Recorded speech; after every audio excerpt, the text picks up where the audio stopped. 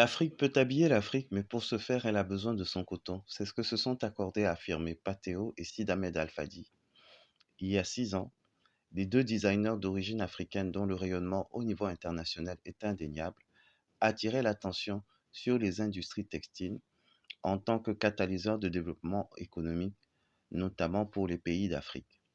6 ans après leurs brillantes interventions, au cours de la session Fashionomics tenue pendant les assemblées annuelles du groupe de la Banque africaine de développement à Ahmedabad en Inde, du 22 au 26 mai 2017, qu'en est-il de l'industrie textile? Est-elle un vecteur d'intégration culturelle et économique en Afrique?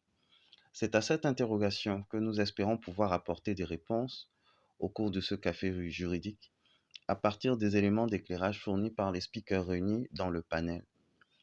Ils sont tous les trois designers, créateurs, stylistes, partageant une passion commune pour les textiles qu'ils apprivoisent à travers leur création. Il s'agit de Rosie Sambois, styliste, créatrice de Kinses et de Rosie vous conseille, Christelle Traoré, styliste à la tête de Kita Création, et de Donald Shinju, lauréat du Forum de la mode et du design, édition 2022, également styliste et créateur. Avec votre permission, on va rentrer dans le vif du sujet avec la première interrogation, la première préoccupation. S'il fallait débuter cet entretien en vous présentant, que diriez-vous? Autrement dit, qui est Rosie Sambois? Qui est Christelle Traoré? Et qui est Donald Shinju? Bon, honneur aux dames, hein, parce que nous, on préfère respecter cet ordre-là. Donc, c'est Rosie ou Christelle, à vous de voir.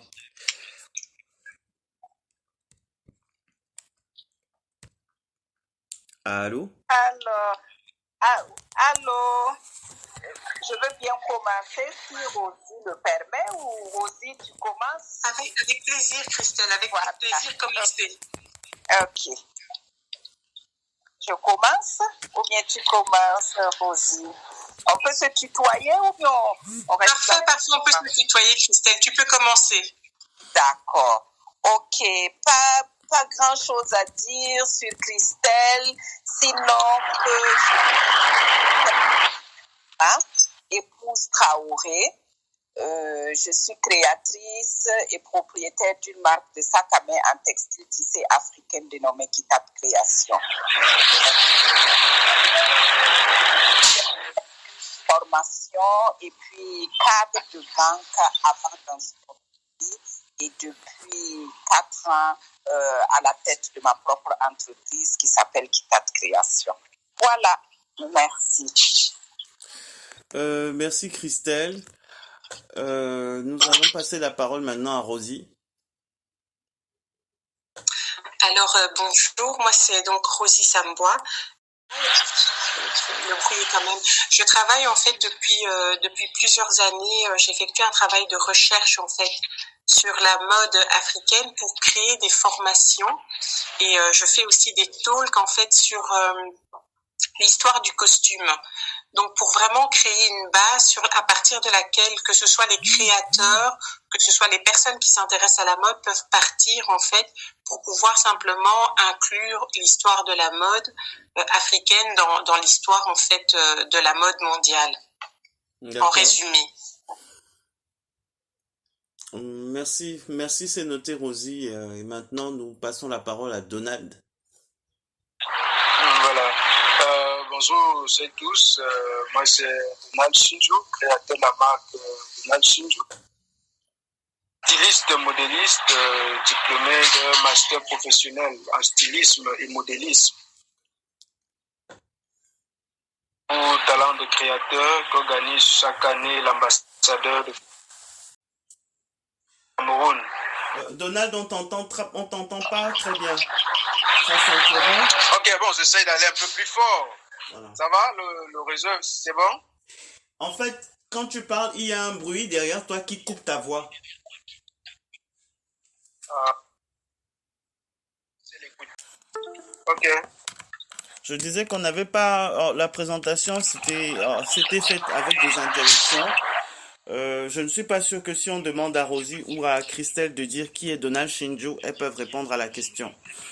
Rassurez-moi, sauf si je me trompe, hein. Non, non, vous ne vous trompez pas exactement. Moi, j'ai pratiquement rien entendu. Ok, moi je pense que je peux, si le réseau est bon, je peux me répéter le temps pour que vous essayiez de bien comprendre. D'accord. Est-ce que tout le monde, c'est bon? Je peux reprendre? Oui, sans souci. Voilà. Ok, je disais, Donald Shinju est un jeune styliste modéliste, à l'occurrence, du des Beaux-Arts de Fumbani, où je suis diplômé d'un master professionnel et je suis aussi lauréat du concours Talent des créateurs qu'organise chaque année l'ambassade de France au Cameroun. Actuellement, j'ai créé ma propre marque qui s'appelle Donald Shinju et nous sommes basés à Yaoundé, Cameroun. D'accord. Merci, c'est noté, Donald. Ok. Christelle, Rosie, Ama, est-ce que c'est OK pour vous? C'est OK pour moi en tout cas. D'accord. Merci. Merci. Ok, je vous en prie. Donc, on poursuit avec la préoccupation suivante. Pour vous, qu'est-ce que le quintet? Pour vous, qu'est-ce que le quintet? Qu'est-ce que le ndop? Qu'est-ce que le faso d'Anfani? Et qu'est-ce que le bogolan?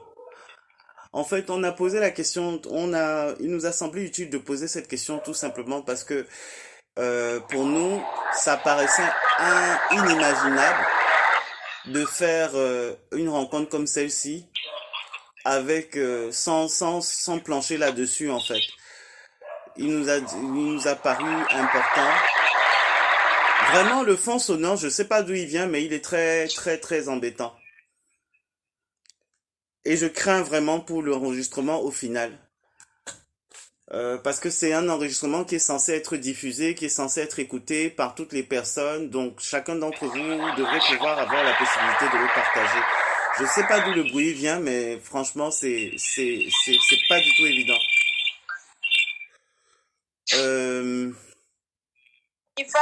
Ivan, je pense qu'il faut que tout le monde coupe son micro pour que ce soit seulement l'intervenant qui a son micro. Bon, d'accord. Bon, moi, ce que je vais donc faire, c'est, c'est quand j'ai la parole que je m'exprime, et tout de suite après, je coupe mon micro. Voilà, je crois que c'est ça. Et tous ceux qui ne parlent pas coupent leur micro. D'accord. Merci Ama pour la solution proposée. C'est celle qu'on va appliquer d'ailleurs. Donc, j'étais en train d'embrayer avec la préoccupation suivante. Pour vous, qu'est-ce que le quintet, qu'est-ce que le ndop, qu'est-ce que le faso d'Anfani, qu'est-ce que le bogolan? Parce que pour nous, c'est inimaginable de tenir une rencontre comme celle-ci autour d'une thématique telle que comment faire de l'industrie textile. Comment faire de l'industrie textile un vecteur d'intégration culturelle et économique sans se poser la question de savoir ce que représentent ces étoffes en fait. Donc vous avez la parole, le principe reste le même, honneur aux dames. Donald, si tu coupes pas ton micro, on risque d'avoir des problèmes, s'il te plaît. Ok, j'essaie de le faire. J'essaie de le faire rapidement.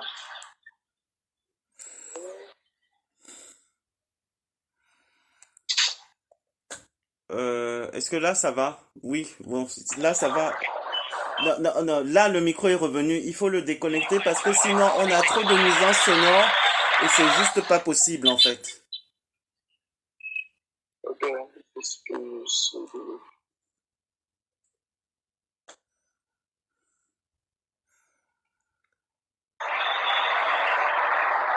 Rosie ou Christelle et puis ensuite Donald, vous allez vous succéder à tour de rôle.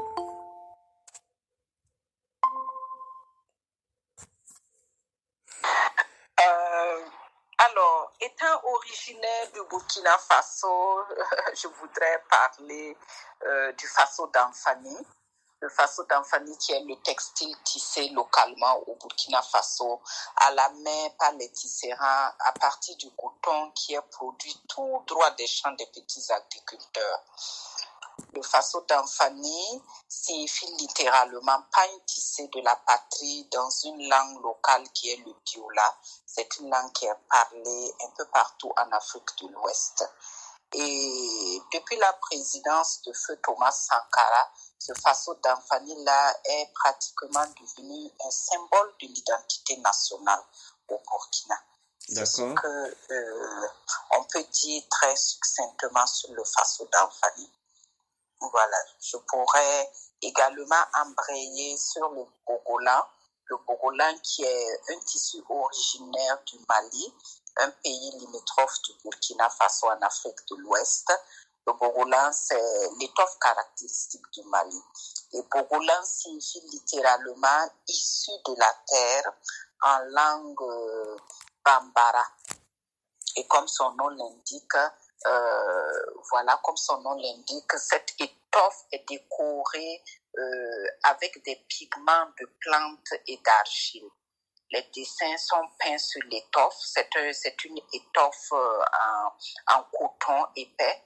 Et puis, les dessins sont peints et portant ainsi l'identité de la population, du village ou même de l'artiste qui l'a confectionné.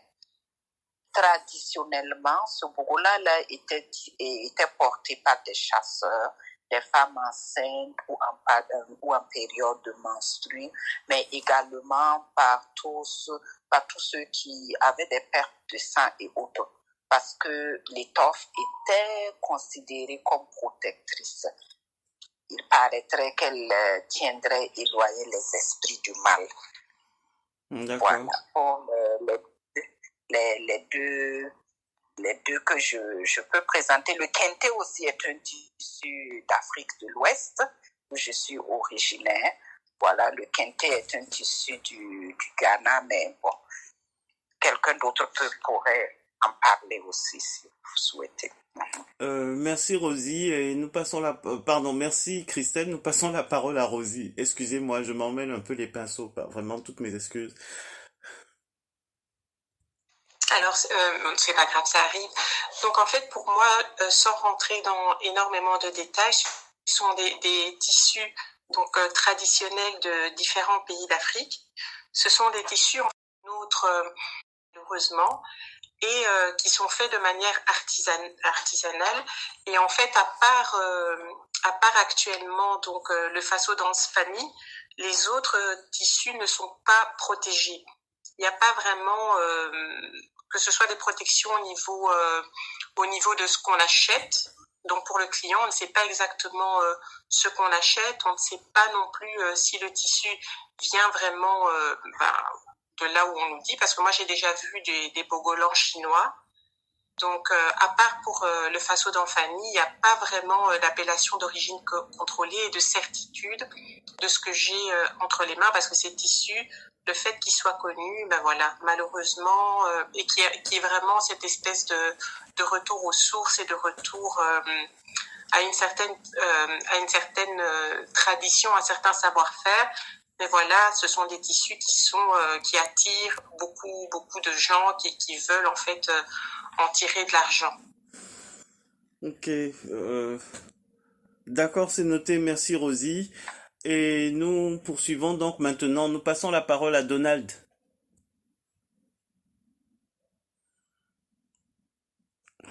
Voilà, je dirais en ce qui concerne les tissus, que ce soit le Ndob, le Faso d'Anfani, le Kente et bien d'autres, sont tous des tissus africains. Et je pense que qui dit tissu africain parle des tissus qui ont été produits sur la terre natale, c'est-à-dire de la filature du coton jusqu'aux étapes, que ce soit les dessins et les teintures. Moi, je vais parler beaucoup plus du Ndob parce que c'est un tissu qui est originaire du Cameroun et du Grand Ouest pratiquement. Et c'est un tissu que je maîtrise un peu plus par rapport aux autres qui restent tous les tissus africains. Moi, je dirais la particularité du Ndob. Ce Ndob qui est un tissu camerounais, son nom vient déjà de la plaine côtière de Ndob qui est dans le nord-ouest. Donc, c'est-à-dire, c'est une étoffe qui a plusieurs paternités. Parce qu'aujourd'hui, le Cameroun revendique cette paternité du Ndop, et en l'occurrence, les peuples bamileke. Par contre, nous savons qu'autrefois, ces tissus étaient ramenés par les commerçants. Ils faisaient des voyages entre le Cameroun et le Nigeria. Donc, c'est-à-dire, les commerçants qui quittaient du Cameroun pour aller au Nigeria faire des achats, au retour, ramenaient ces étoffes qu'ils vendaient en retour. Mais au fur et à mesure que les choses ont évolué, la partie ouest du Cameroun s'est approprié ce tissu comme étant un tissu traditionnel. Et aujourd'hui, ces tissus sont réalisés, je dirais, pas seulement à l'ouest du Cameroun, mais subit a connu beaucoup de changements. Parce qu'aujourd'hui, pour parler de Ndop, il faut que je vous rappelle que le Ndop est fait dans presque 3 régions du Cameroun. C'est-à-dire, le tissu est tissé à l'ouest du Cameroun. On renvoie à ces tissus dans le nord où on fait les dessins et les teintures. Et puis, on les ramène à l'ouest du Cameroun où les motifs sont détachés, d'où le nom Ndop. Je pense qu'en quelques mots, voilà ce que j'entends par tissu africain et puis précisément le tissu Ndop. Je vous remercie. Ok, merci à tous les trois pour vos éléments de réponse et nous poursuivons notre entretien de ce jour avec la préoccupation suivante. Dans une interview accordée par Naila Ajaltouni à Agence Ecofin et datée du 20 novembre 2020, cette dernière affirme que l'industrie textile africaine doit viser la qualité et non la production mondialisée à bas coût de main-d'œuvre. Quel est votre point de vue à ce sujet? Peut-être il faudrait que je clarifie en fait l'esprit de cette question. En fait, Naila Ajaltouni, elle relève le fait que il est important de ne pas, dans la recherche du gain ou alors des bénéfices, manquer, refuser de respecter certaines exigences éthiques dans le cas de la production, notamment dans le domaine de l'industrie textile. Maintenant, vous avez la parole. Hein.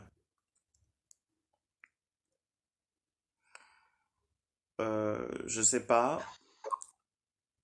C'est Rosie. En tout cas, pour ma part, elle a totalement raison. Je pense, il y a non seulement le côté appât du gain, mais il y a aussi le côté, il faut que ces tissus, enfin selon moi, il faut que ces tissus restent ce qu'ils sont. Ce n'étaient pas des tissus, en tout cas les tissus dont on parle ici, ce n'étaient pas des tissus qui étaient utilisés quotidiennement et qui étaient faits pour se vêtir au quotidien. Ils avaient soit un côté festif, soit un côté sacré. Et ils sont réalisés à la main, ils sont tissés à la main, donc il y a un côté savoir-faire, il y a un côté traditionnel, il y a un côté luxueux, ce sont des produits de luxe. On ne peut pas, il faut éviter de vouloir les créer en masse, ce qui va faire justement l'appauvrissement donc des personnes qui travaillent à fabriquer ces tissus et qui va aussi créer une image qui n'est pas celle que ces tissus avaient à l'origine en fait. Donc il faut vraiment essayer, on a tout en fait pour pouvoir créer, faire d'autres qui sont faits à la main et qui ont vraiment une histoire et une place particulière dans la culture.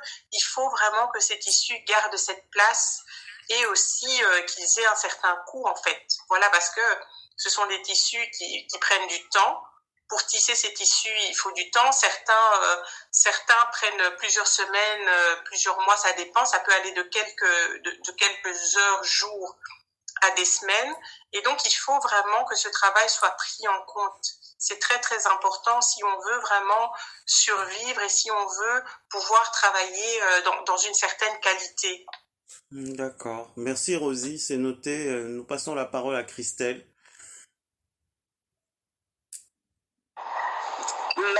Merci Rosie pour cette contribution. Pour moi, et comme je le disais, étant originaire du Burkina Faso, c'est plutôt un autre son de cloche chez nous, parce que, comme je le disais tout à l'heure précédemment, le Faso d'Anfani est devenu comme le symbole de l'identité nationale. Et feu le président Thomas Sankara disait depuis à l'époque que porter le Faso d'Anfani est un acte économique, culturel et politique de défi à l'impérialisme. Parce qu'il avait sorti même un décret à l'époque obligeant tous les fonctionnaires à porter le Faso d'Anfani. Donc, pour pouvoir booster la production locale, et puis parce que le Burkina étant un pays producteur de coton, il fallait booster la production locale en permettant à tous ces tisserands-là de pouvoir vivre du fruit de leur travail. Donc, au Burkina, vous le verrez dans toutes les manifestations, toutes les cérémonies, mais il faut dire que ce n'est pas toujours, c'est pas tout le temps le même tissu d'apparat comme le kente royal. Pour nous, le Faso d'Anfani est vraiment un textile commun, courant, que l'on peut porter tous les jours. Voilà. Mais nous il ne faudrait pas l'industrialiser de sorte que nos petits tisserands ne puissent plus vivre de cela, quoi. Voilà. Okay. Merci Christelle. Pardon, merci Christelle et nous passons maintenant la parole à Donald. Merci à tous pour vos différentes contributions. Moi, je dirais toujours, je vais essayer de presser pour la chapelle que je maîtrise le plus concernant le tissu d'or. Moi, je dirais, je suis pour que l'Afrique s'industrialise, que davantage l'Afrique augmente sa d'origine africaine. Parce qu'aujourd'hui, le problème que nous avons, c'est au niveau de la contrefaçon et au niveau des coûts qui sont très élevés. Je prends encore le cas du DOP. Vous allez vous rendre compte qu'aujourd'hui, en Afrique, au Cameroun, en général, pour avoir une étoffe de DOP, il faut débourser énormément de moyens. Ce qui n'est pas chose facile pour la plupart de la population. La majorité vivent vraiment, c'est la plus grande partie de la population vit au seuil. Voilà. Donc c'est difficile. Du coup, à un moment, maintenant, les autres sont parfois obligés d'aller vers le wax, dans du wax qui est fait de motifs de DOP. Ils préfèrent s'approprier cela parce que c'est difficile pour eux d'avoir assez de ressources pour s'acheter du DOP. Moi, je pense que ce que l'Afrique devrait faire, c'est d'essayer d'apprendre ces différentes techniques de tissage aux différentes personnes. Parce que nous savons généralement en Afrique, les métiers comme l'artisanal et le tissage principalement, c'est de génération en génération. Donc c'est difficile pour certains peuples de transmettre cet héritage à d'autres peuples qui ne sont pas forcément de la famille. Et du coup, vous vous rendez compte, parfois dans une famille où il y a un papa qui est artisan, ou bien la maman qui est artisan, du moment où la maman n'est plus là, ça diminue à peu près de 50% le taux de production. Parce que ce sont des métiers qui sont restés traditionnels.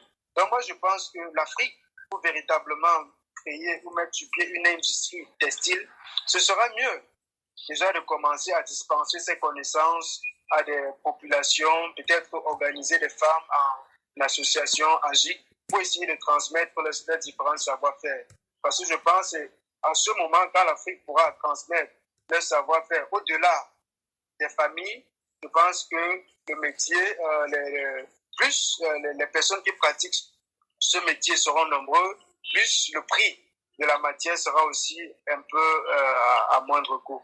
Donc je pense que voilà ma contribution. Je pense qu'il faut beaucoup plus former les gens à ces différentes pratiques. Et je pense que l'Afrique pourrait être indépendante en termes de textile. Merci. D'accord. Merci également de Donald pour cette contribution. Permettez-moi, s'il vous plaît, de résumer vos différents points de vue concernant cette troisième préoccupation, parce qu'elle n'est pas anodine, du moins de notre point de vue. Alors, en l'entame, nous avons reçu le point de vue de Rosie, qui nous a clairement fait comprendre que pour elle, il fallait tenir compte du caractère sacré ou alors luxueux des textiles qui ont été précédemment évoqués, à savoir Faso d'Anfani, Quinté, Ndop et Bogolan. C'est bien ça, Rosie? Oui, alors ce que je voulais préciser, c'est que comme ces tissus sont faits à la main, je vais pour clarifier mon idée, je vais parler d'une créatrice de tissus, donc je suppose que tout le monde connaît, Aïssa Dione, qui a en fait complètement élargi sa proposition. Donc elle a toujours des tissus qui sont faits à la main, elle a des tissus qui sont semi-automatisés et elle a des tissus qui sont automatisés. Et donc il y a 3 gammes de prix. Donc les tissus qui sont faits à la main, évidemment, sont chers et vendus pour ce qu'ils sont, parce qu'il faut pas négliger tout ce qui est la main d'œuvre, etc. Oui, le temps de et donc travail, ceux qui les sont petites mains. semi-automatisés. Voilà, oui, bien sûr. Donc c'est vraiment un travail manuel, c'est un travail qui est luxueux et qui doit être payé au juste prix. Et puis en fait, et les autres tissus, donc elle adapte aussi la largeur pour pouvoir correspondre à des standards internationaux. Donc on n'est pas obligé d'avoir exactement tous les mêmes tissus. J'ai envie de dire à bas prix. On peut créer des gammes différentes, mais les tissus qui sont faits à la main doit vraiment prendre une place pour ce qu'ils sont, pour aussi encourager les gens à apprendre ces métiers-là et aussi donner simplement une valeur à leur travail. D'accord. Merci pour cette précision, Rosie. Après le point de vue de Rosie, nous avons eu le point de vue de Christelle, qui, d'origine burkinabé, a évolué depuis depuis sa jeunesse dans un pays où le port du Faso d'Anfani, puisqu'elle est originaire du Burkina, et le Faso d'Anfani est un textile ou alors une étoffe fabriquée au Burkina Faso. Elle nous rappelait que, en fait, sous l'impulsion de certains de leurs dirigeants, notamment le tout premier président du Burkina Faso, Thomas Sankara, le port du Faso d'Anfani avait été vulgarisé, pas dans le but de dévaloriser l'étoffe ou alors le tissu, mais plus pour se servir de l'étoffe ou du tissu comme un élément, je ne sais pas si on va parler d'identité nationale ou alors de culture, ou comme d'un élément de culture commune. Quel serait le terme approprié, s'il vous plaît, Christelle? Alors, Thomas Sankara, comme c'était un révolutionnaire, lui, il parlait d'un acte économique et d'un défi à l'impérialisme.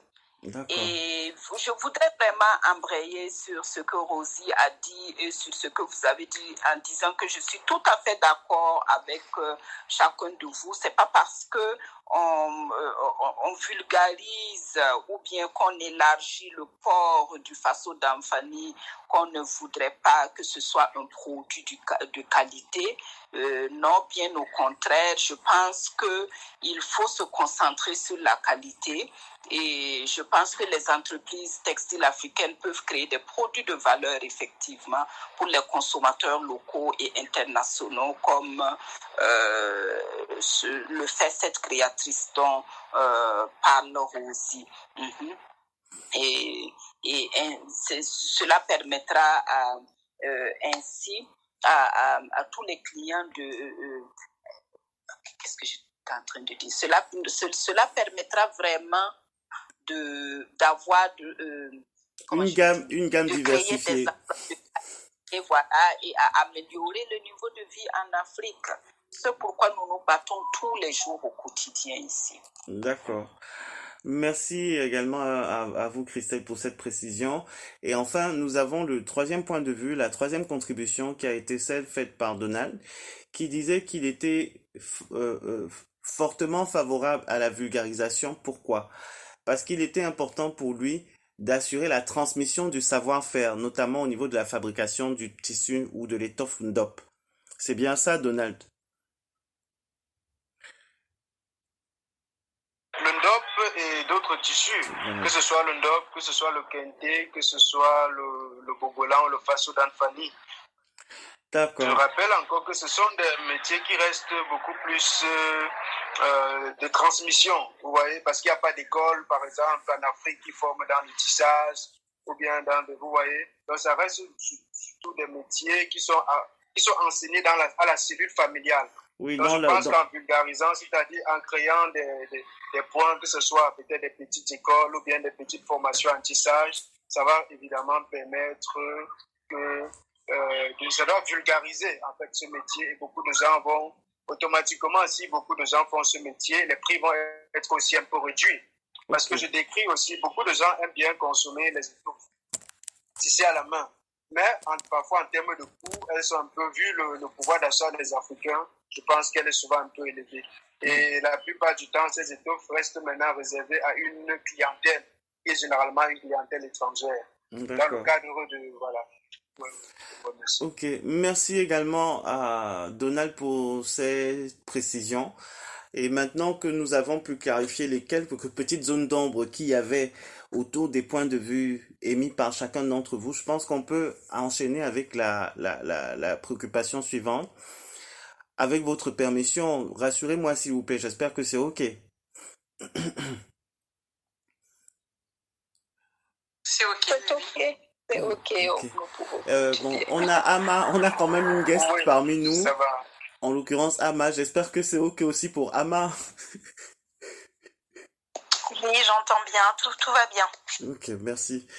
Donc, la préoccupation suivante, le développement de hubs d'habillement low cost sur le continent africain fait craindre une violation des droits des travailleurs et leur maintien dans la pauvreté, comme on a pu l'observer par exemple au Bangladesh. Qu'en pensez-vous? En fait, c'est vraiment la continuité de la question qui a été posée tout à l'heure. Et pour préciser l'exemple de ce à quoi on a pu assister au Bangladesh, on avait véritablement des unités de travail composées de travailleurs, parfois même composées d'enfants, et qui étaient utilisées comme enfin, je sais pas, j'arrive même pas à trouver le terme adéquat, mais vraiment, les conditions de travail étaient préoccupantes.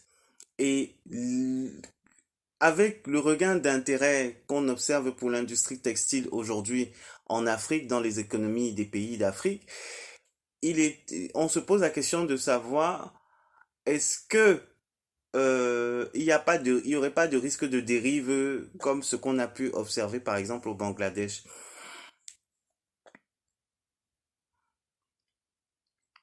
Bon, vous avez la parole, hein. Donc maintenant, j'espère que la question est suffisamment claire pour chacun d'entre vous.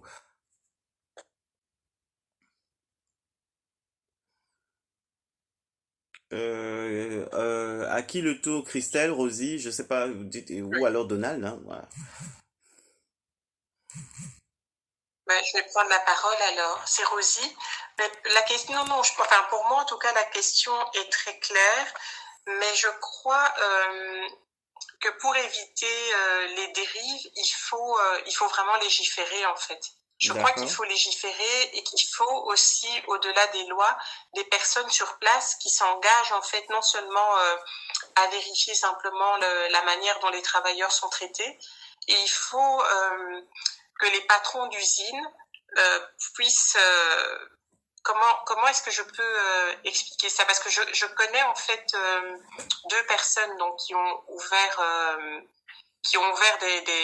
une usine dans des pays africains et qui étaient en fait originaires de ce pays-là et qui ont mis en fait un cadre pour ne pas que les travailleurs soient maltraités. Donc il faut des personnes qui ne soient pas prêtes à tout et qui soient prêtes aussi à taper du poing sur la table quand les partenaires veulent aller trop loin. Donc ça, je pense que c'est très important au-delà des lois, parce qu'on sait que tout le monde ne respecte pas les lois. Il faut des personnes responsables. Mais si ces personnes ne sont pas responsables, il faut un cadre juridique fort pour pouvoir empêcher ça, parce que sans ça, je ne vois pas comment on va pouvoir empêcher qu'il y ait des dérives, en fait. Ok. D'accord, c'est noté, Rosie. Et nous passons la parole à Christelle. Oui, c'est exactement ça. C'est exactement ça. Je crois que nous devons en effet tirer leçon du drame du Rana Plaza au Bangladesh, là, de revoir totalement les conditions de travail des ouvriers dans tous les pays émergents. Voilà. Il faut bien sûr prendre en compte les normes sociales minimales à suivre. et puis veiller à ce que les donneurs d'ordre du textile là respectent cela dans les pays émergents. Et puis, je pense que pour nous aussi, dans la fashion industry, là, nous devons avoir une certaine éthique et certaines valeurs à respecter. Voilà, pour que tout ça fonctionne, l'impact environnemental, l'équité dans les salaires et tout ça. Il faut effectivement mettre un cadre juridique, faire bien encadrer ça par des lois. Sinon, les dérives et des accidents vont encore survenir, à mon avis. D'accord, merci Christelle. Et maintenant, Donald? Oui, pour ajouter ce que les deux dames m'ont dit, moi je dirais qu'il faudrait vraiment le cadre juridique et qu'il puisse avoir des législations en vigueur en matière de mode. Parce que moi j'ai toujours cette impression que la mode et l'industrie du textile reste toujours un cadre où beaucoup de nos dirigeants n'ont pas un regard. C'est pour ça que vous allez voir, je pense pas seulement en Afrique, vous allez voir des mineurs qui travaillent dans des industries. Là, parce que je me dis toujours, parfois c'est à cause de la pauvreté, on se rend compte, nous sommes généralement, ces industries prospèrent dans des pays où la pauvreté est vraiment extrême. Et du coup, parfois, les gens tentent à bafouer les droits de l'homme. Et je pense que nos dirigeants, les politiques et les judiciaires doivent vraiment avoir des législations en vigueur qui condamnent les activités des mineurs pour qu'enfin on puisse éviter ces différents types de drames. D'accord. Oui, et je pense aussi que les responsables d'entreprises doivent vraiment cogner du doigt, avoir des principes clairs. C'est-à-dire, vous êtes mineur, vous ne pouvez pas travailler, et même si c'est le cas, parce que pour revenir toujours dans le métier, comme je disais, c'est pour ça que moi, je me dis qu'il faudrait vraiment qu'on essaye de vulgariser ces différents métiers à travers des formations. Parce qu'en Afrique, vous voyez que ce soit le métier de l'industrie textile, c'est souvent réservé beaucoup plus dans le cas de la famille. Et qui dit dans le cas de la famille, au bas âge, on voit comment les parents travaillent, et c'est comme ça qu'on s'habitue, on commence. Et parfois, si le parent n'est pas très vigilant, à un moment, il oublie, même qu'il a un enfant mineur qui aime bien la passion et commence à pratiquer le métier. Donc, moi, je pense qu'il faudrait vraiment des législations en vigueur pour protéger ce secteur d'activité. Merci. D'accord, merci encore à tous les trois pour vos éléments de réponse. Et nous poursuivons avec la préoccupation suivante. Selon certains professionnels de l'industrie textile et également selon certains économistes, le regain d'intérêt pour l'industrie textile en Afrique découle en partie de la faiblesse des industries textiles locales et de l'impulsion donnée par des leaders internationaux tels que Virgil Abloh de regrettée mémoire, Adama Paris, Iman Aïssi ou encore Lee Dumas.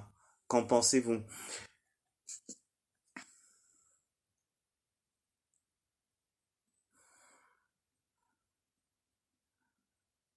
Allô? Allô, je suis là, je n'ai pas pu plancher sur cette question. Alors. Donc peut-être on va le faire très spontanément là tout de suite, je sais pas. Alors en fait c'est la préoccupation est toute simple. Selon certaines personnes, notamment professionnels de l'industrie textile, mais également selon certains économistes, c'est qu'il y a il y a un constat, il y a un regain d'intérêt pour l'industrie textile dans les pays d'Afrique. Pourquoi qu'est-ce qui explique ce regain d'intérêt? D'après eux, il y a deux éléments qu'il faudrait prendre en compte. La faiblesse des industries textiles locales, ce que je pense que chacun d'entre vous a évoqué dans les éléments de réponse que vous nous avez précédemment fournis. Parce que je pense que chacun d'entre vous, que ce soit vous, Christelle, ou encore Rosie et Donald qui nous écoutent, vous avez clairement relevé le fait que il y a le niveau de production des industries locales est encore faible. Donc, si ce niveau de production est faible, ça voudrait dire qu'il faudrait mettre en place des process qui permettent d'augmenter le niveau de production de ces structures. C'est pour cette raison que Donald a par exemple évoqué la formation. Mais ça c'était pour le premier élément. Le deuxième élément c'est l'impulsion donnée par des leaders internationaux, notamment des leaders, les grands créateurs de mode ou alors les grands stylistes, tels que Virgil Abloh de regrettée mémoire.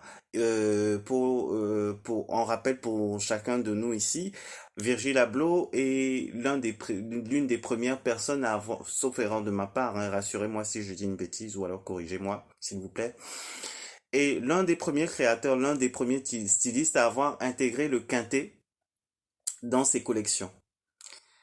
Malheureusement, je n'ai pas l'année ou la date exacte, mais je sais que c'était quelque temps juste avant son départ. Autant il a pu le faire, autant également Adama Paris a pu le faire, mais c'était pas forcément avec du quintet, hein. La précision que nous savons en s'agissant du quintet, c'est que Virgil Abloh a travaillé avec du quintet. Adama Paris également a travaillé avec des étoffes africaines. Iman Aïssi, même chose. Et Lee Dumas, même chose. Bon, Lee Dumas a un gros focus sur le ndop. Maintenant, pour en revenir à ce que j'étais en train de relever, le deuxième élément, c'est que le fait que ces grandes figures de la mode ou du stylisme au niveau international utilisent ces tissus favorise l'intérêt des consommateurs pour ces tissus-là.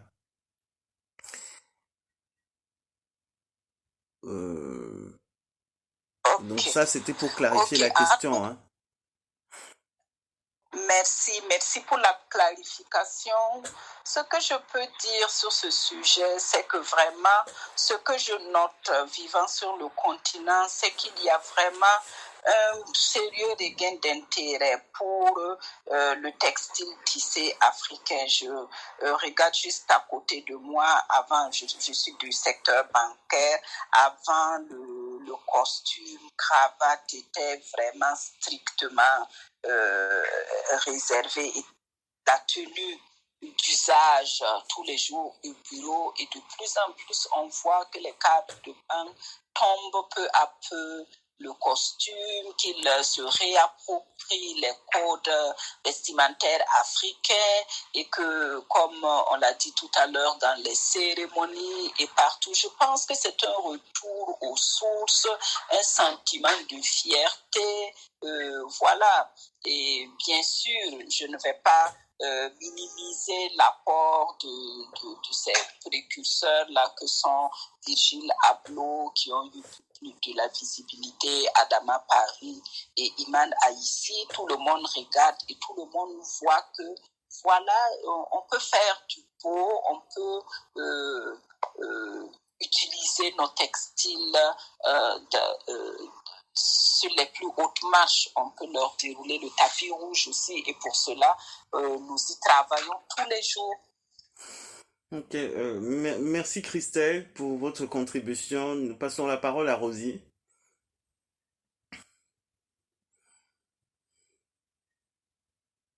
Allô? Oui, moi je pense effectivement qu'ils... Oui, vous m'entendez? Oui, allez-y Rosie, nous écoutons. Oui, donc je pense que c'est vrai que ces créateurs ont mis ces textiles en avant, et notamment Virgil Abloh chez Louis Vuitton, mais je crois que ça découle un peu de ce qu'on peut vivre depuis, j'ai envie de dire, une espèce de vingtaine d'années, où il y a de plus en plus cette idée de fierté africaine, cette idée de montrer un savoir-faire, etc. Et puis, il n'y a rien à faire. Partout dans le monde, en fait, les Africains sont des personnes qui aiment les belles choses, qui mettent de l'argent dans les belles choses. Et je pense qu'il est important de montrer que les Africains ont des belles choses qui sont produites localement, qui sont capables de produire du beau. Et je crois que c'est dans cette idée de fierté, dans cette idée de montrer ce qu'on fait, et aussi de donner envie aux gens de consommer local, que tout ce mouvement est né. Et si ces créateurs ont montré en fait ce savoir-faire, je pense que ça découle plutôt vraiment d'une espèce de philosophie qui est en train de grandir en fait depuis une vingtaine d'années, très très fort. Et pour moi, c'est une très très bonne chose. Mais là, donc, comme les marques dont vous parlez, bon, Adama Paris n'est pas évidemment au niveau, je parle au niveau du prix, hein, n'est pas au niveau d'un Louis Vuitton ou d'un Imana ici, mais effectivement, au moins là, les textiles faits main sont, j'ai envie de dire, vendus à leur propre valeur et sont montrés avec une idée en fait de ce qu'elles sont, des créations en fait qui sont réalisées à la main et qui sont du même niveau que ce qui peut se faire, que ce soit à Paris, que ce soit en Italie et dans tous les pays où on montre en fait un savoir-faire avec un coût plus que juste. Merci, Je ne sais Rosie. pas si ma réponse est claire. La réponse est suffisamment claire. Merci, Rosie. On peut poursuivre avec Donald.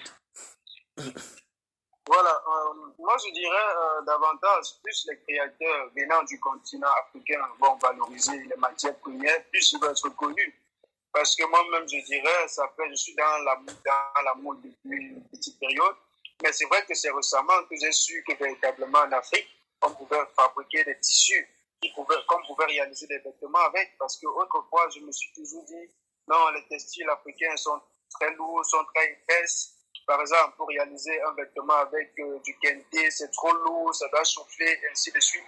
Mais je me suis dit, c'est la vision de ces créateurs-là qui vont amener les Africains eux-mêmes à comprendre qu'au niveau du continent, nous avons des matières qui sont riches. Nous sommes parmi les pays producteurs de coton. Pourquoi ne pas utiliser ces matières pour en faire des vêtements? Et moi, je dis toujours, pour finir, du moment où les dirigeants vont avoir cette même vision que nous créateurs, je pense que les choses pourront bouger davantage dans le secteur de la mode. Parce que je prends toujours, comme maman Christelle a dit un peu plus haut, vous allez vous rendre compte dans l'administration de nos différents pays, commençant déjà par les dirigeants, vous allez voir, peu sont les dirigeants qui apportent les vêtements qui sont réalisés avec des tissus locaux. La plupart même ne portent pas des vêtements qui sont faits sur le continent africain. Donc moi je pense, du moment où ces dirigeants vont prendre vraiment cette décision de faire changer les choses, je pense que la mode pourra mieux encore se faire bouger. Et en attendant, moi, je ne peux que louer l'initiative de ces créateurs que vous avez cités plus haut, Imana ici et bien d'autres, qui valorisent évidemment les textiles africains, que ce soit les tissus teints ou bien les cotons tissés à la main. C'est quelque chose de sympa. Et puis, si vous voyez la mouvance, la tendance de ces dernières années, c'est que beaucoup d'Africains valorisent ces différents textiles à travers, par exemple, des vêtements de cérémonie ou bien des grands tapis rouges. Beaucoup n'hésitent pas à apporter ce textile fait sur le continent. Merci encore une fois à tous les trois pour vos différentes contributions. Et nous poursuivons avec la question suivante. D'après vous, ces étoffes, c'est-à-dire celles qu'on a précédemment évoquées, Quinté, Faso Fani, Ndop, Bogolan, peuvent-elles être assimilées à des vecteurs d'intégration culturelle lorsqu'on se réfère par exemple à ce que Edith Flormipo, promotrice du Fenda, en fait le Fenda c'est le festival national du Ndop et des accessoires dérivés, ça c'est qui se tient au Cameroun une fois par an depuis, sauf erreur de ma part, depuis 2 ans. Ça c'était pour clarifier par rapport à la citation. Deuxième point, donc je reprends, peut-être il vaut mieux que je reprenne la question dans son intégralité, sinon on aurait du mal à bien la comprendre. D'après vous, ces étoffes peuvent-elles être assimilées à des vecteurs d'intégration culturelle lorsqu'on se réfère par exemple à ce que Edith Flormipo, promotrice du Fenda, ou encore Sandro Capochichi et Africa Fashion Code en disent? Donc on vous a mis à tous les trois dans le mémo qu'on vous a transmis les liens vers les articles qu'ils ont eu à rédiger ou des publications qu'ils ont eu à effectuer dans le cadre d'interview ou autre concernant ces étoffes-là. Et en fait la question est toute simple. Est-ce que le Ndop, est-ce que le Quinté, est-ce que le Bogolan, est-ce que le Faso d'Anfani peuvent être assimilés à des vecteurs d'intégration culturelle?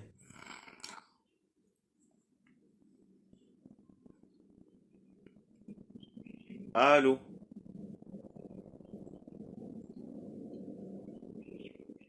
Allô? Oui, allô, on écoute. Oui, Ivan, on écoute, on entend. moi, à chaud comme ça, je dirais que bien sûr, ces étoffes-là peuvent être assimilées à des vecteurs d'intégration culturelle. Qu'est-ce que... D'accord. Bien sûr que oui. D'accord. Et je pense même que c'est ce que vous aviez commencé à nous dire dans les éléments de réponse que vous avez fournis à la question précédente.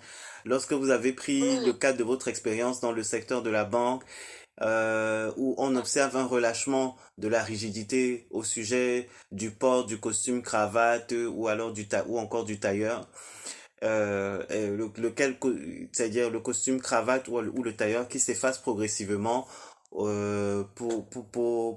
laisser la place à des vêtements d'inspiration africaine ou alors réalisés par des créateurs ou alors des tailleurs, des couturiers ou couturières africaines. Et cela se remarque sur le continent et même à l'étranger. Par exemple, en Amérique du Nord, que je connais bien parce que j'y ai fait mes études, je sais que tous mes amis, tous ceux qui sont afro ou afro-descendants se font aujourd'hui vraiment un point d'honneur à avoir cette petite touche afro dans leur tenue, dans leur balade, que ce soit au bureau, que ce soit dans des cérémonies, des manifestations. Tout le monde veut avoir sa petite touche afro avec elle. C'est vraiment un signe, un signe culturel que on arbore fièrement, que ce soit en tant qu'accessoire ou vêtement ou de quelque façon que ce soit.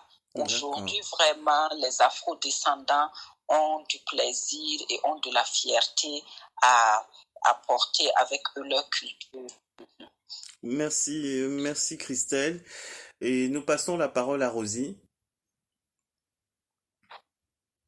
Alors oui, pour moi, clairement, le vêtement et le tissu sont des vecteurs en fait culturels.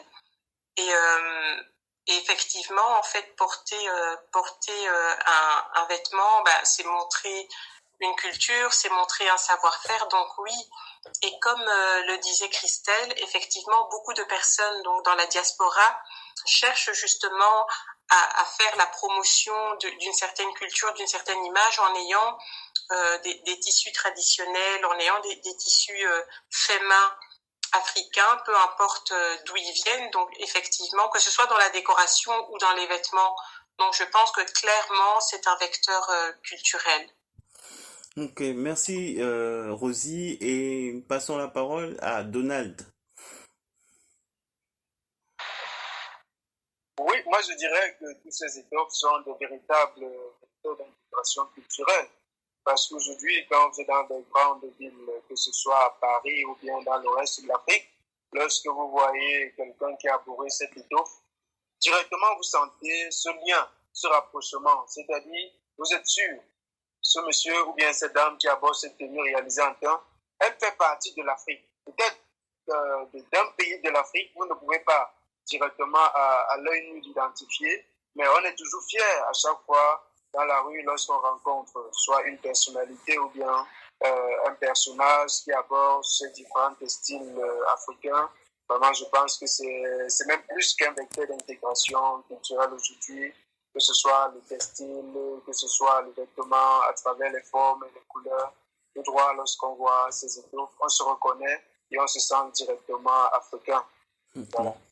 Merci Donald, et merci à tous les trois pour vos éléments de réponse.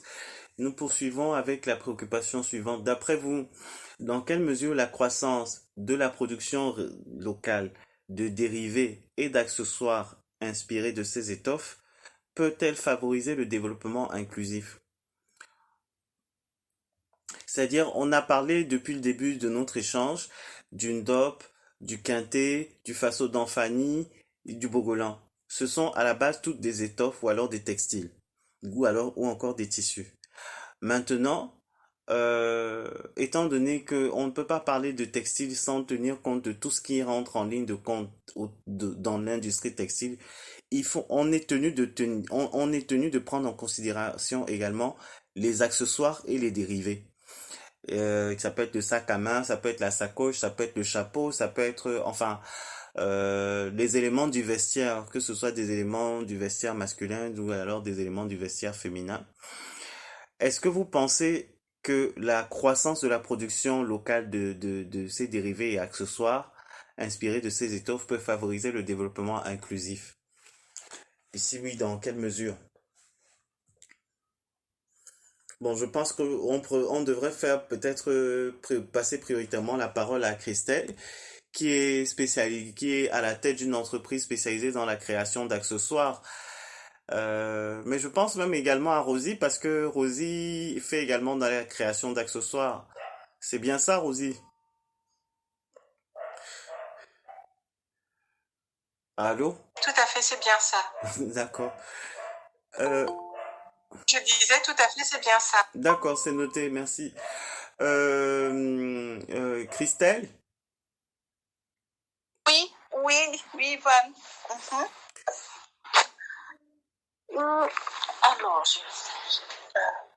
la question. Alors, quelles sont, d'après vous, dans quelle mesure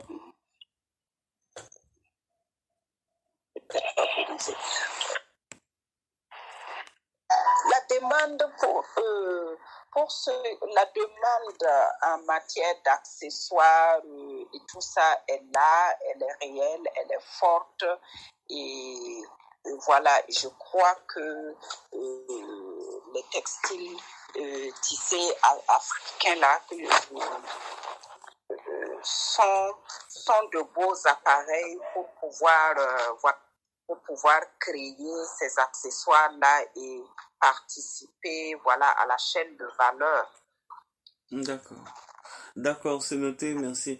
Donc, pour résumer ce que vous venez de nous dire, il y a une demande croissante pour les accessoires, pour les accessoires et les produits dérivés fabriqués à partir de Voilà. ces étoffes-là. Voilà. Et cette Parce demande... que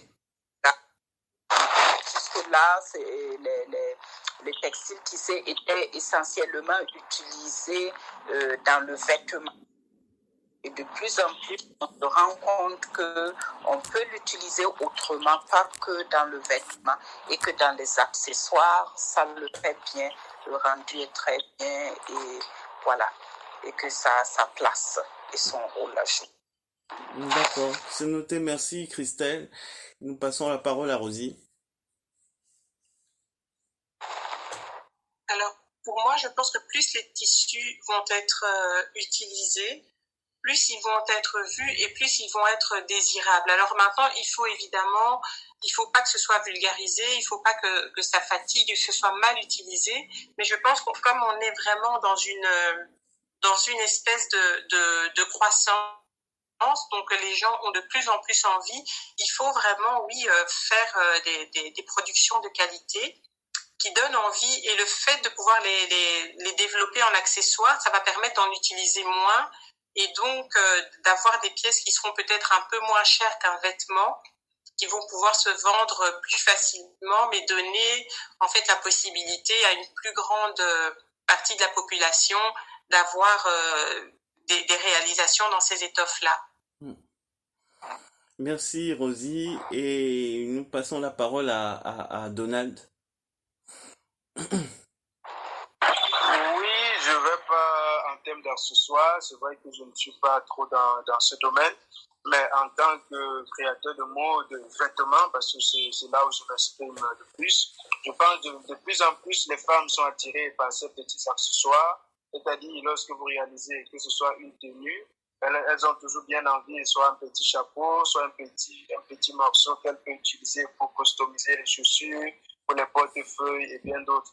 Et moi, je pense que c'est un domaine où il faut vraiment avoir beaucoup plus de regard, parce que les accessoires, ce sont à la base des métiers qui ne demandent pas beaucoup de formation. Quand je parle de beaucoup de formation, c'est dans le long terme. C'est-à-dire, il y a des personnes qui, avec une petite chute là, peuvent vous faire une petite customisation, que ce soit sur un sac, que ce soit sur un bracelet et bien d'autres. Et je pense que ce sont des pistes où l'Afrique devrait vraiment beaucoup plus développer pour créer beaucoup plus une chaîne de valeur autour de ces différents produits. Je vous remercie.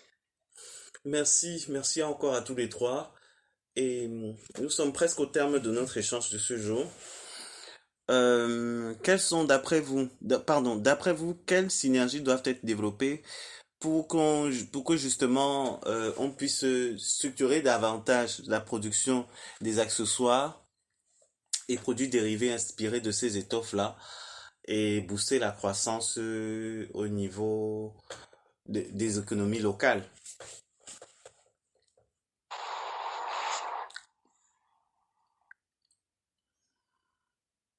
Allô? Je peux prendre la parole? Oui, Rosie. Oui, je peux prendre la parole? Oui, Rosie, vas-y. Oui.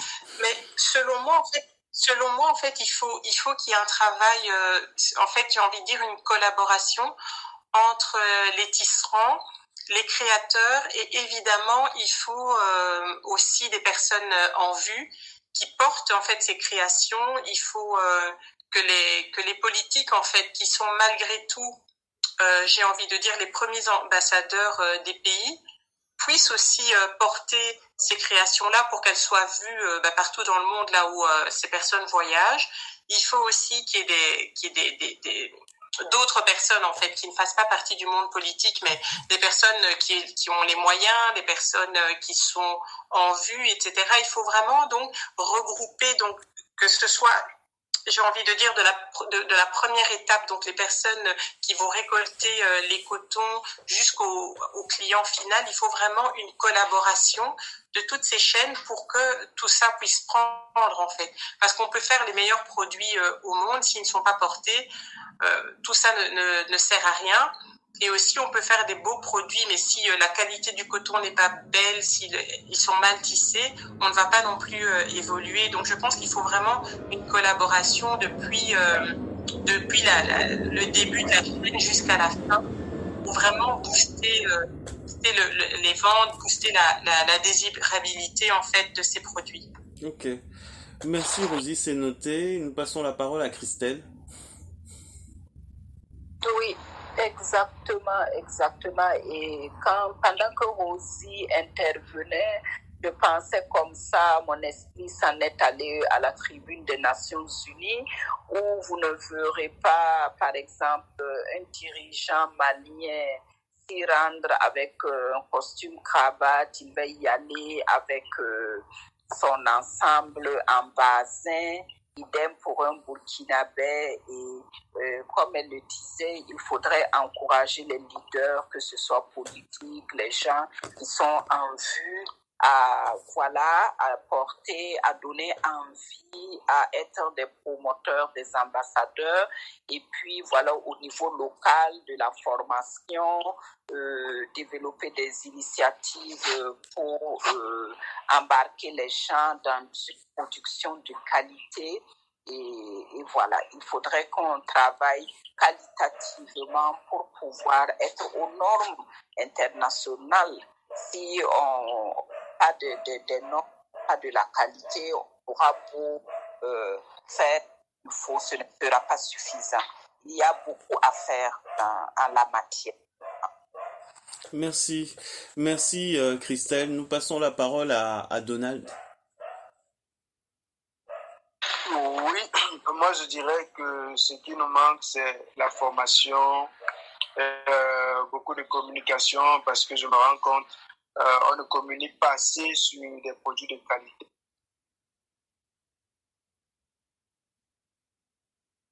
On a été coupé, hein, Donald, on n'entend pas.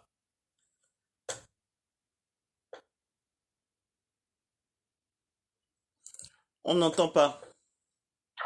Là, ça va. Voilà, moi je dirais au niveau du continent, il faudrait davantage former les gens. Donc je dirais la formation, l'éducation et aussi l'implication des politiques. Parce que du continent, il y a beaucoup de gens qui se démarquent à travers les œuvres d'art, de l'artisanal, mais beaucoup ne sont pas connus. Et je pense qu'il y a vraiment ce souci-là d'éduquer et de communiquer sur les produits qui sont faits. Et je pense que là, ça va mener beaucoup de personnes à consommer le produit. Hmm. Merci. Merci Donald, et encore une fois merci à tous les trois. Et maintenant l'Éthiopie apparaît de plus en plus comme un hub d'habillement low cost. Quels sont d'après vous les moyens qui doivent être mis en place pour éviter des dérives telles que celles qu'on a pu observer au Bangladesh? Bon, vous nous excusez, hein, donc notre question, elle était un peu répétitive puisque je pense que vous avez évoqué déjà des éléments de réponse à ce sujet concernant cette préoccupation plus haut, c'est-à-dire prendre des dispositions du point de vue juridique, du point de vue légal et réglementaire, et même des sanctions à l'encontre de tous ceux qui ne respectent pas les conditions de travail décentes. Rassurez-moi, c'est bien ça? Oui, c'était bien ça. Voilà. C'était bien ça. Voilà. Merci. Donc, C'est bien ça, c'est bien voilà, ça. merci. Et donc, nous sommes donc parvenus au terme de notre entretien de ce jour. Nous avons passé en revue 10 préoccupations. Je pense que on était tellement content de s'écouter parler qu'on n'a même pas vu le temps passer. Parce qu'à un moment, ça fait quand même un peu plus d'une heure qu'on est en train de s'entretenir ou alors d'échanger. Déjà, encore une fois, très sincèrement, merci à chacun d'entre vous. Merci à Rosie qui a su faire preuve de patience dans le cadre de l'organisation de cette rencontre. Rosie, tu sais de quoi je parle. Merci à merci à Christelle qui a fait preuve de bienveillance, de proactivité, parce que pour vous mettre dans le secret, on a eu du mal à organiser cette rencontre. On a eu du mal à réunir le panel d'aujourd'hui. La première personne qui nous a dit oui, c'était Rosie. Et ça doit faire, je crois, au moins une bonne semaine, sauf erreur de ma part. Et donc, depuis, on était en train de tourner en rond parce qu'il fallait intégrer dans le panel les deux autres intervenants. Ce n'est que hier soir que nous avons pu rejoindre Christelle. Et ce matin, que nous avons eu le OK de Donald, à qui je dis également merci parce que il n'a pas eu froid aux yeux, il a été courageux, il est monté au créneau, et ça aussi ça a salué. Donc en fait, tout ça pour dire que je tenais à vous dire à tous les trois merci pour votre bienveillance et pour votre disponibilité. J'espère que tout au long de l'année, nous aurons l'occasion de nous retrouver pour des rencontres de ce type, mais pas forcément autour des mêmes thématiques. Et voilà, je vous souhaite à tous bonne continuation dans chacune de vos activités. Maintenant, Merci. Je sais pas. Merci beaucoup. Merci à tous. Bonne continuation à chacun. Merci. Merci, merci. Voilà, merci. D'accord. Qui m'a été donné Ok. d'intervenir sur le sujet. En tout cas, je pense que voilà, il y a des opportunités pour l'industrie de la mode, du textile dans le monde au niveau mondial. Et en tout cas, nous n'allons pas rester en marche. Nous faisons tout pour prendre part à cela. D'accord. Merci encore et bon, on va pas vous retenir plus longtemps. Plaisir pour moi d'échanger dans ce panel. Vraiment, je vous remercie. Ces échanges étaient beaucoup plus enrichissants et je pense que sorti de là, j'ai beaucoup d'éléments qui me permettent davantage continuer à exploiter ces différents textiles que nous avons cités un peu plus haut. Continuer à aller vers ces différentes matières parce que vous savez, quand vous êtes dans un secteur d'activité qui n'est pas exploité à 100%, parfois on veut y aller et parfois on se retient un peu. Donc je pense que c'est un grand courage là qui me donne la force de pouvoir aller. D'accord. Donc merci encore et bonne fin de journée à chacun d'entre vous.